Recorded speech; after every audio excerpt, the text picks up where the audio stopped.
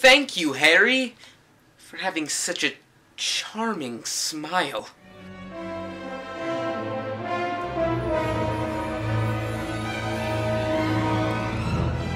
Hello everybody, quick video today. Yes, I am sorry, I know I kind of lied. I said I was going to be consistent, and wasn't very consistent with this extravaganza. I made out a schedule a couple of months ago, and I'm off schedule. I've still got a whole bunch of videos to do, which means, unfortunately, I'll probably have to double up on videos on a day or two, which is okay, because, you know, you'll still watch them, right?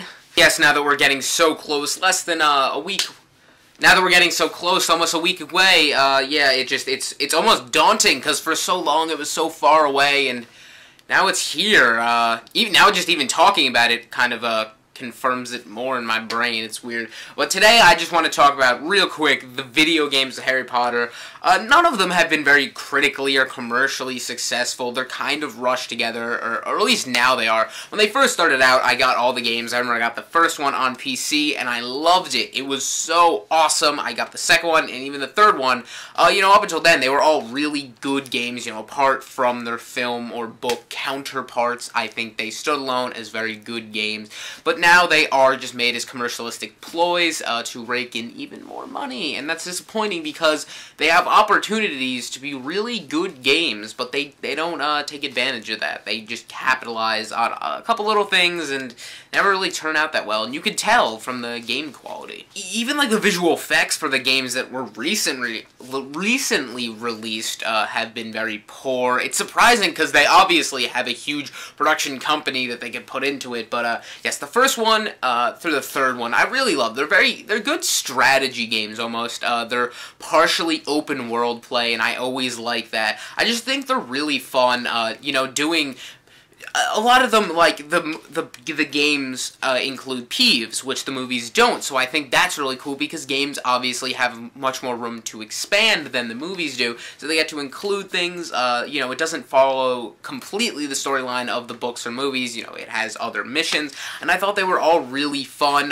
The controls at first, yes, they were, not so good, but they were difficult to use, and I figured as the series went along they get better, and for a while they did, but after 5, it just got ridiculous, because they tried to add so much, but the controls were confusing, ridiculous, the gameplay interface was horrible. I don't consider myself a big game buff or critic, but I know enough to realize when something's hastily put together.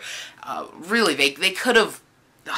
There's so much potential. Yeah, the first one I had on PC. The second, third one I have on PlayStation 2. I think I have the fourth one on PS2 as well, but I cannot find it. Half-Blood Prince and Deathly Hallows Part 1, which I only got very recently, because I kind of gave up on the games. I got on Xbox 360, as you can see. But yeah, the fifth one I never got, because I played the demo, and it was just horrible. I mean, I know demos can be deceiving, but I definitely was not interested in getting it. Maybe I'll play it at some point in time.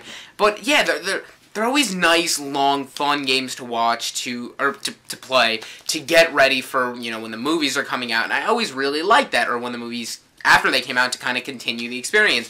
And they really dropped the ball on the last few games. Maybe the part 2 will be good, who knows, but what I've seen so far doesn't really look good. They're so cheesy, they're so poorly put together, it's so disappointing, because I really do. I love the first 3 games. I think they were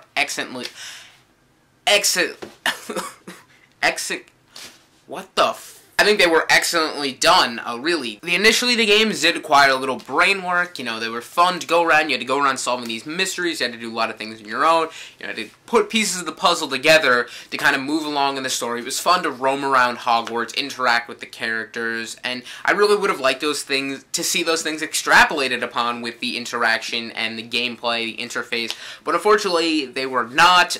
They were kind of made for a cash grab. I mean, maybe I'm kind of, like, remembering the games is a lot better than they were the first couple, because I played them so young, but I don't think so. I mean, I really haven't played them all the way through recently. Maybe I should do that, but yeah, I still think they're great games. The new ones, not so much, but tell me if you guys play, like, if you... Jesus Christ. Tell me, if you've played the games, tell me what you think of them. If you haven't, tell me why you never had any interest in them. can't imagine why. Yeah, and as I said, I'm really not a big game guy, so I could be judging these completely off base. But the recent ones, not so good. Stay away from them. And Revolution Reviews, hope you enjoyed your 4th of July weekend. Big reason I didn't make any videos, I'm sorry. Whatever. See you guys later for more Harry Potter Extravaganza videos and reviews of horrible bosses and Zookeeper. No, I'm just gonna have to pump them out like a Chinese hooker.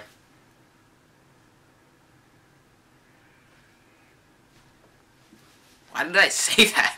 Doesn't even make sense.